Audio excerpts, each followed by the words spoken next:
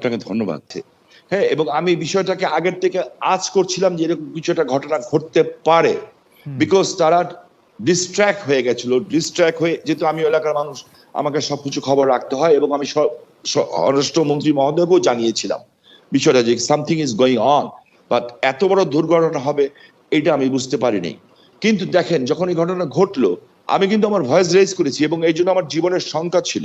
But thing is that, যে আমার কাছে না কিছু মাঝে মাঝে অবাক লাগে যে মানুষের চরিত্রটা দেখতে, পৃথিবীর সব দেশের চরিত্র দেখতে ভালো লাগে। আমার কাছে কিন্তু মাঝে মাঝে আশ্চর্য হই যে আমরা কত রঙের মানুষ। আমরা এই দেশে দাঁড়িয়ে তারাই কথা বলছি, বড় বড় কথা বলছি, যেই দেশে জাতির পিতা বঙ্গবন্ধুকে হত্যা করা হয়, তার পুরো পরিবারের বংশকে নির্বংশ করা হয়। আমি যদি প্রশ্ন করি, আমার চোখের সামনে যখন নারায়ণগঞ্জে একটা পরিবার আগুন দিয়ে বাসে পুড়িয়ে মেরে ফেলা হলো, আমার চোখের সামনে নারায়ণগঞ্জে যাত্রাবাড়িতে বাসে শুয়েছিল ড্রাইভার আর কন্ট্রাক্টর, তাকে আগুন দিয়ে পুড়িয়ে মারে হলো। ওস্তাদকে মাথা দিয়ে যে কন্ট্রাক্টর পুড়িয়ে মেলো, 85 জন মানুষকে পুড়িয়ে ছাই করে দেওয়া হলো। এটার নাম রাজনীতি? আর তাদের বিচার হলো না কেন? যারা আগুন সন্ত্রাস করলো এই দেশে, যারা পুলিশকে পুড়িয়ে মারলো, সাংবাদিককে পুড়িয়ে মারলো, জজ করে বোম মারলো, এবং বিভিন্ন স্কুল সেন্টার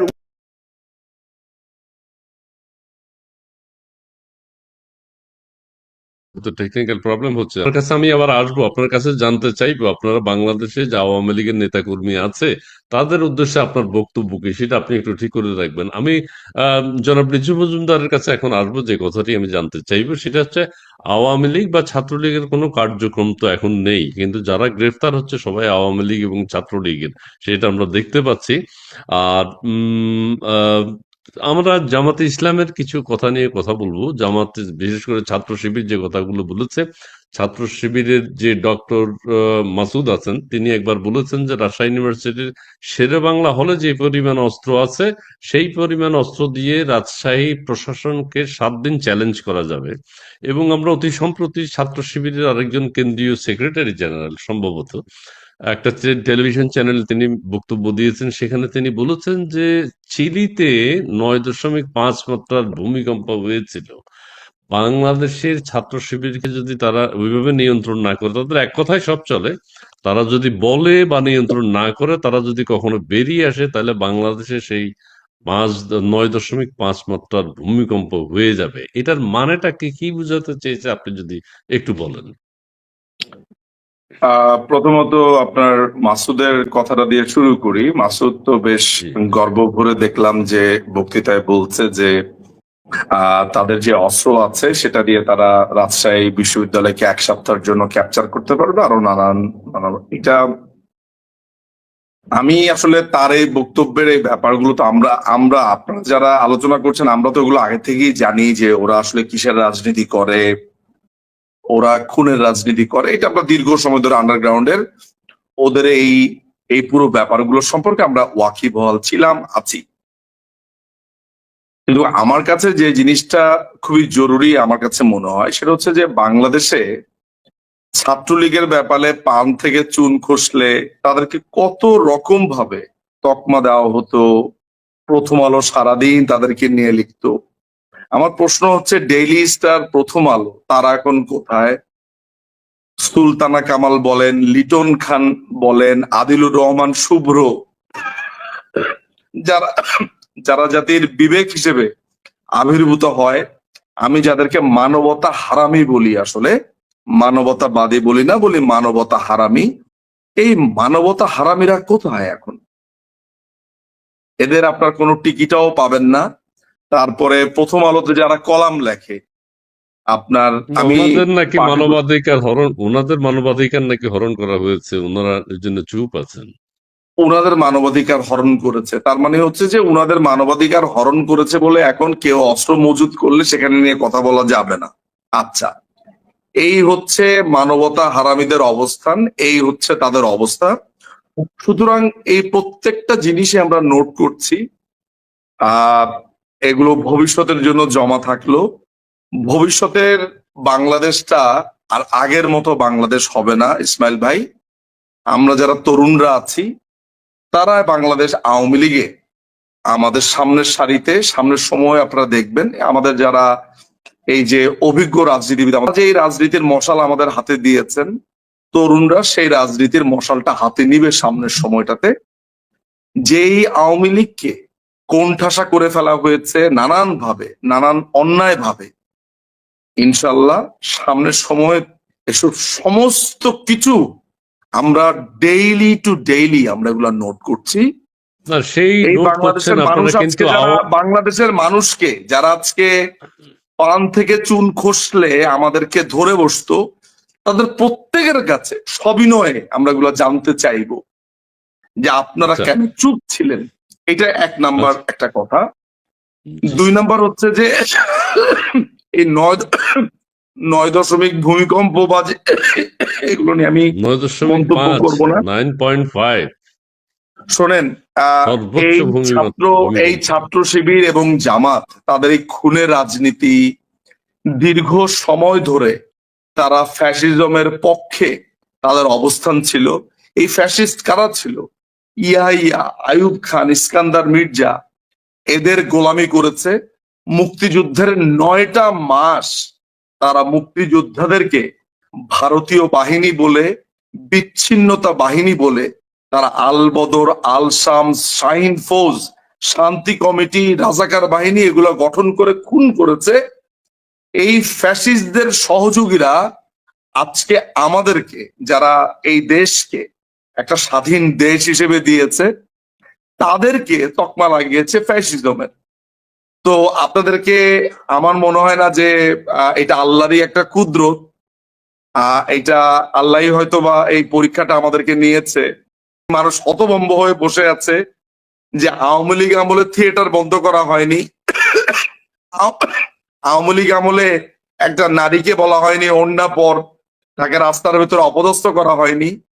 আওয়ামী লীগ আমলে মানে প্রত্যেকটা মানুষ দেখেন গত 15 বছর বা 16 বছর ধরে আসিফ নজরুল থেকে শুরু করে প্রথম আলোর যারা কলামিস্ট আছে, দিনের পর দিন তারা আওয়ামী লীগের বিরুদ্ধে বলেছে,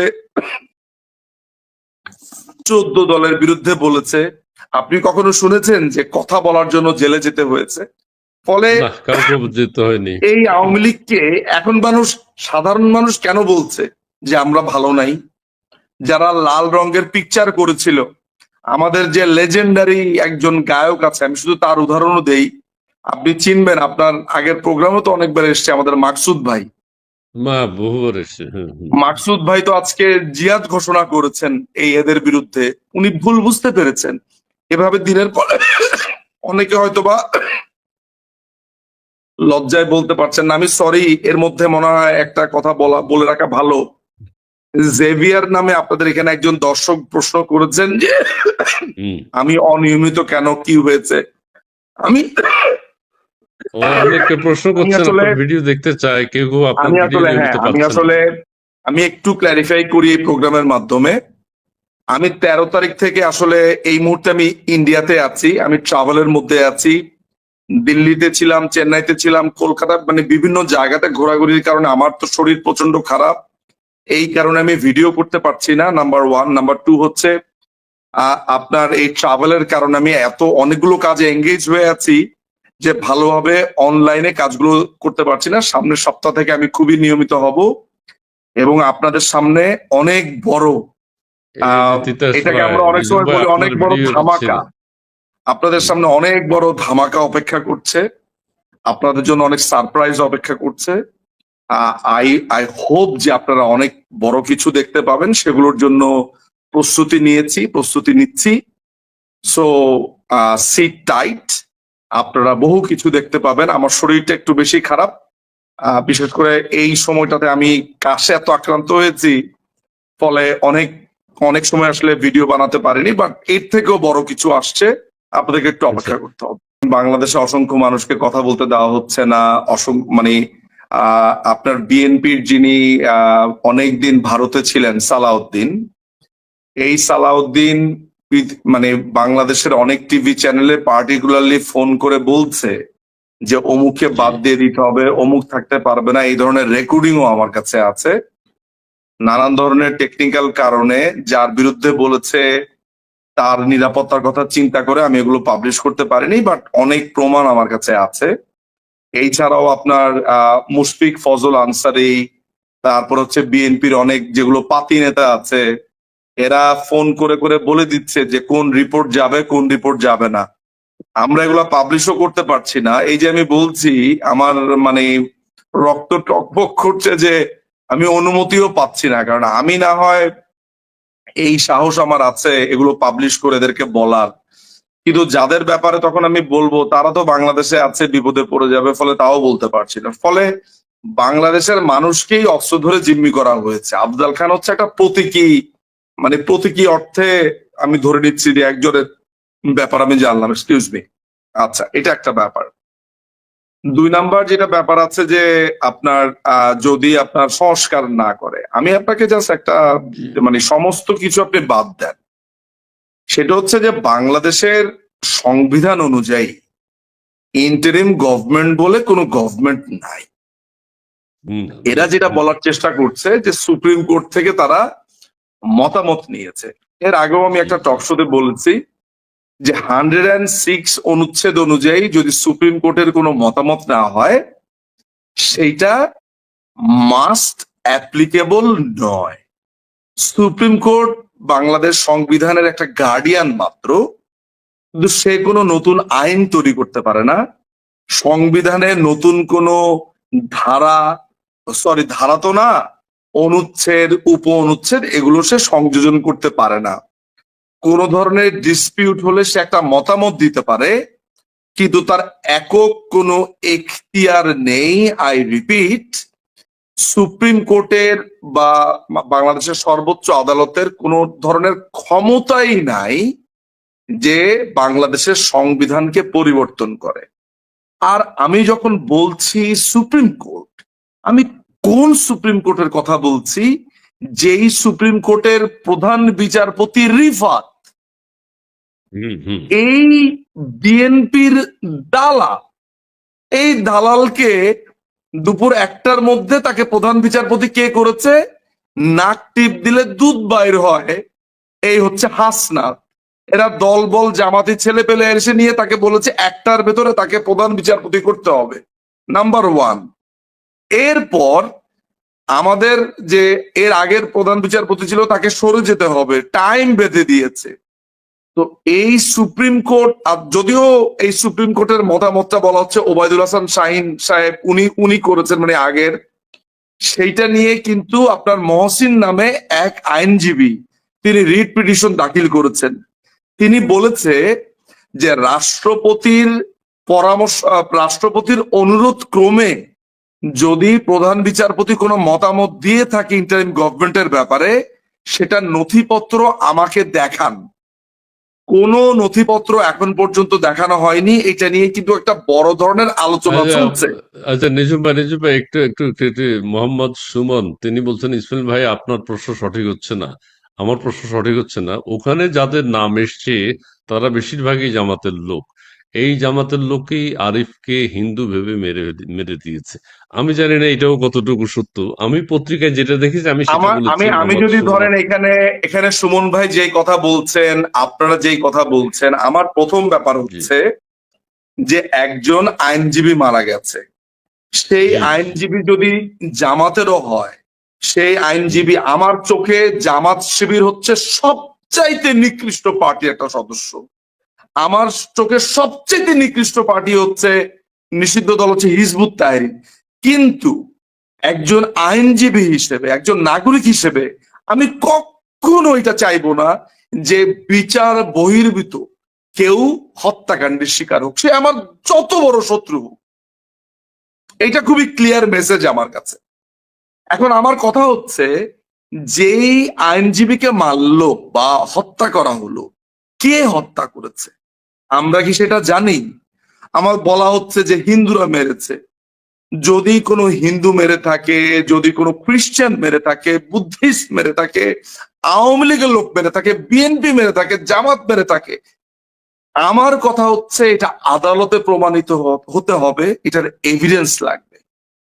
এই হত্যাকাণ্ডের পর পর শুধু হিন্দু ধর্মাবলম্বীদের উপরে অ্যাটাক করবার জন্য বলা হচ্ছে যে ইসকনের সদস্যরা মেরেছে। এখনো তাহলে কি পর্যন্ত আরএফ কি কেউ, ভিকটিম? আপনি সেটা মনে করছেন যে জি, পরিস্থিতির শিকার সে? আরএফ কি মানে ভিকটিম? সে আপনি যদি পরিস্থিতির শিকার? আমরা যদি এখানে 3টা মানুষ আছি এবং আমাদেরকে যারা যারা দেখছে প্রত্যেকে যদি একটা কমন সেন্স, আমরা যেটা বলি কমন সেন্স অ্যাপ্লাই করি, বাংলাদেশে হিন্দুদেরকে দেশ ছাড়া করা হচ্ছে, বাড়িঘর পুড়িয়ে দেওয়া হচ্ছে। কয়দিন আগে এই সেনাবাহিনীর লেফটেন্যান্ট কর্নেল জানোয়ার ফেরদৌস তার নেতৃত্বে চিটাগংয়ে হাজারি গলিতে এই ফেরদৌস যেই গণহত্যা চালিয়েছে, যে মানবতা বিরোধী অপরাধ চালিয়েছে, এত ঘটনার পরে বাংলাদেশের কোন সনাতন ধর্মাবলম্বী তারা কি পাগল যে তারা কাউকে হত্যা করবে? অর্থাৎ এই যে হিজবুত তাহরীরের মতো একটা খুনের সংগঠন, এই সংগঠনের সাথে ইসকনকে মেলানো হচ্ছে। অথচ ইসকন হচ্ছে একটা প্রেমের সংগঠন। আপনারা যদি মানে আমি as a Muslim, as a Sunni Muslim, I would like to vouch যে ISKCON is a such a organization who spread out লাভ।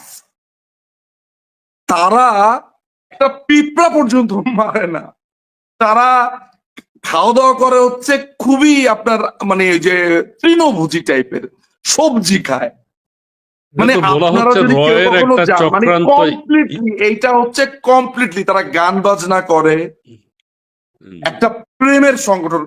আমি বলবো যে আপনারা এই ইসকনের সাথে গিয়ে একবার দেখেন তারা কি করে।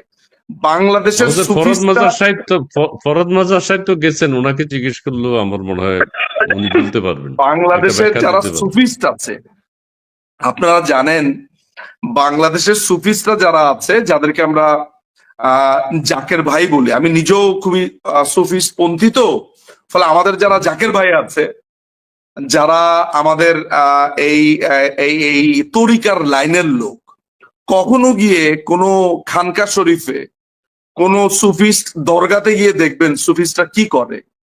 তারা কোনোদিন বলে না চিল্লা বলেন ঠিক কিনা, মাইরা ফালা কাইটা ফালা, এগুলা বলে না। তারা সেখানে আল্লাহ এবং রাসূলের সাথে তারা একটা প্রেমের কানেকশন করে। ওইখানে রাসূলের কথা বলে অনেকে গড়াগড়ি খায় ওই দরগাগুলাতে, আপনারা গেলে দেখবেন।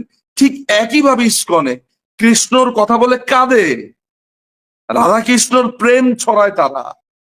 এদেরকে বানানো হচ্ছে জঙ্গি। বানাচ্ছে কারা? শিবিরের মতো খুনের সংগঠন। বানাচ্ছে কারা? হিজবুত তাহরীরের মতো, যারা খিলাফতের কথা বলে মানুষকে খুন করছে। বলছে কারা? জসিমউদ্দিন রহমানের লোকজন। আর বলছে কারা? বাংলাদেশ সেনাবাহিনীর যে হিজবুত তাহরীর যে শাখাটা আছে, জামাত শিবির যে শাখাটা আছে ওদের, তারা বলছে। সুতরাং এদের কথা আমরা কেন কানে নেব? সুতরাং আমরা আমার মনে হয় আপনার আবার রেস্ট নিতে হবে। আমার মনে হয় যে ইসকনের সম্পর্কে পড়ালেখা করা প্রয়োজন, বাংলাদেশের সুফিজদের সম্পর্কে পড়ালেখা করা প্রয়োজন। আচ্ছা ইসমাইল ভাই, আমি ধরে নিলাম ইসকন আপনি বাদ দেন, শেরপুরে দরগা পোড়াচ্ছে কেন? গোলাপশাহ মাজার পোড়াচ্ছে কেন? তারা কার কোন ক্ষতি করেছে ভাই? দেওয়ানবাগী হুজুরের ওই বাবে রহমত পোড়াতে হয় কেন? দেওয়ানবাগী হুজুরকে কেন তারা অপছন্দ করে জানেন? কারণ দেওয়ানবাগী হুজুর হচ্ছে মুক্তিযোদ্ধা, সেই কারণে ওদের গায়ে জ্বালা পোড়া করে। ওগুলা তো সব ছিল রাজাকার। আর দেওয়ানবাগী হুজুর হচ্ছে একজন সাচ্চা মুক্তিযোদ্ধা, যিনি বলেছিলেন যে আমি ইনশাল্লাহ এই সামনের বকরি ঈদ অর্থাৎ কোরবানি ঈদের আগে স্বাধীন হব এবং আমি নামাজ পড়াবো। উনি নামাজ পড়িয়েছেন, শফিউল্লাহ সাহেবের আন্ডারে উনি আপনার যুদ্ধ করেছে। তো এত রাজাকারের ভিড়ে একজন আলেম মুক্তিযোদ্ধা, এটা অনেকে সহ্য হয় না। অনেক সুফিসরা তারা আল্লাহর প্রেম কেন ছড়াবে? তারা কেন চাপাতে নিয়ে দৌড় দিল না? তারা কেন আগুন দিয়ে পুড়িয়ে দিল না মন্দির? তাই আপনার সুফি রাসূল সাল্লাল্লাহু আলাইহি সাল্লামের প্রেমিকদের উপরে এত রাগ। সুফিসদের উপরে রাগ করবে কেন? সুফিসরা কি মহানবীকে শেষ নবী মানে না? তারা লা ইলাহা ইল্লাল্লাহ বলে না?